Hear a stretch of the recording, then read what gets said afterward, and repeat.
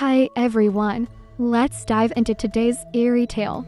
The story today is shared by a new friend. His last name is Rong, and we'll call him Zirong in our story. Zirong works as a technical support specialist at his company. Because of the nature of his job, he often has to travel to different cities to provide technical support to clients. Just over 2 months ago, on September 19th, Zirong received a notice from his company. He and another female colleague were scheduled to travel to Hohhot, Inner Mongolia, on September 21st to provide on-site technical support for a very important partner company. However, when they received the notice, it was already close to the end of the workday on the 19th. Time was of the essence, so they quickly booked their hotel and flights online.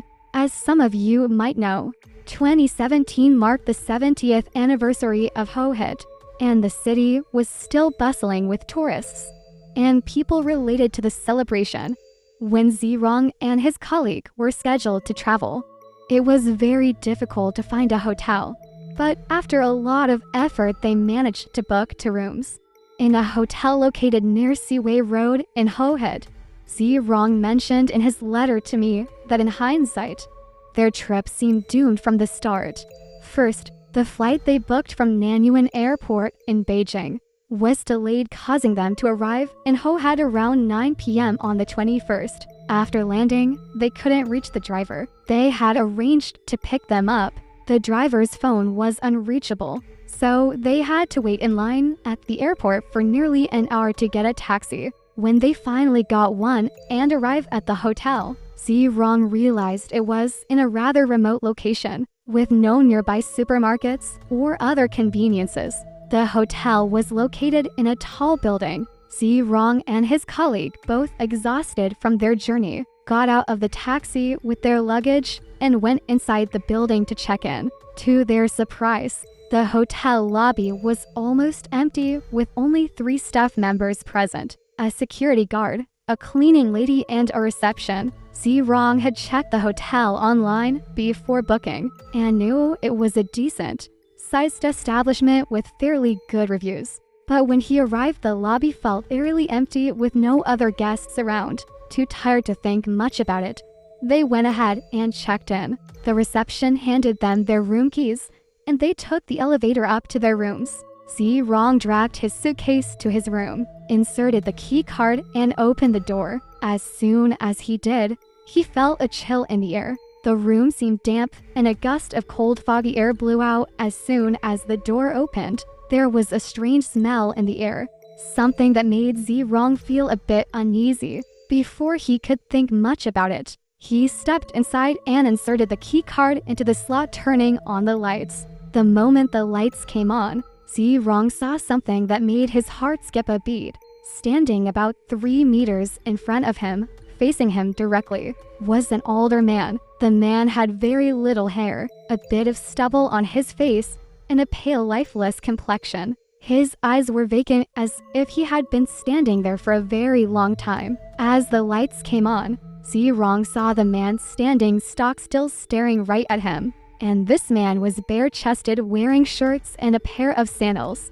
Zirong was completely unprepared. Imagine this: you open the door to a dark, quiet room, insert your key card, and the moment the lights come on, you see someone standing there facing you, staring right at you. What a feeling! Zirong was completely stunned and terrified on the spot. For several seconds, he stood there rooted to the ground. When he finally came to his senses, he saw the bare-chested man still standing there, motionless, not saying a word.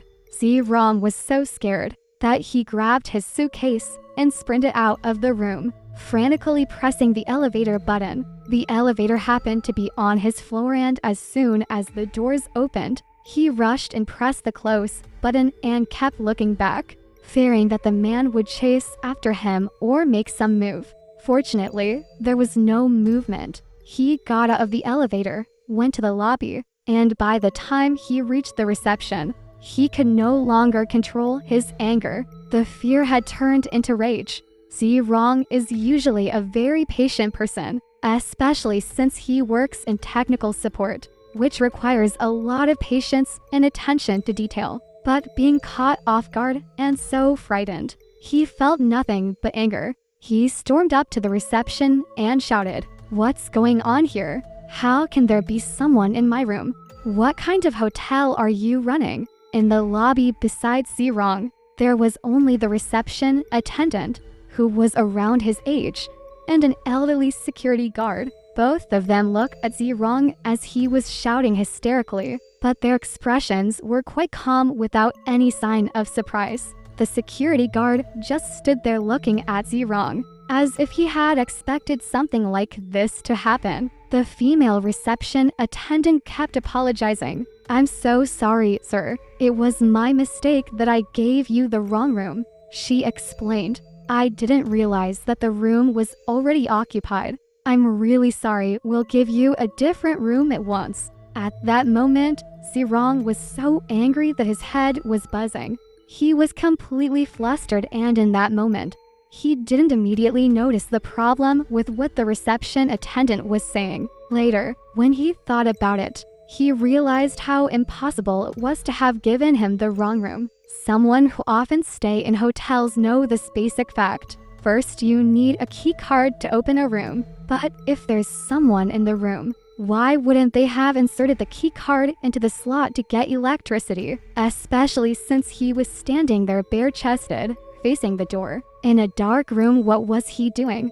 Zirong's job also had some connection with the hotel's reservation system, and he was very familiar with how these things worked. Normally, if a room in a hotel is occupied, you shouldn't be able to check in through normal means. The room list wouldn't show it as available either, unless someone deliberately double-booked a room or there was a system bug. But at that moment, Zirong was too scared and confused to think of that. He was just exhausted, angry, and frustrated. After shouting for a while, the hotel reception told him that they had already changed his room. He didn't really want to stay in this hotel anymore, but it was already very late. Plus, hotels in Hohet were hard to come by, and he wasn't alone. He had to go to the client's place the next morning, so he reluctantly agreed to the reception solution and accepted the new room. The reception attendant kept apologizing and handed him the new room key. When he got to the new room, he realized it was at the end of the corridor, what they call a tail room. Zirong was even more upset.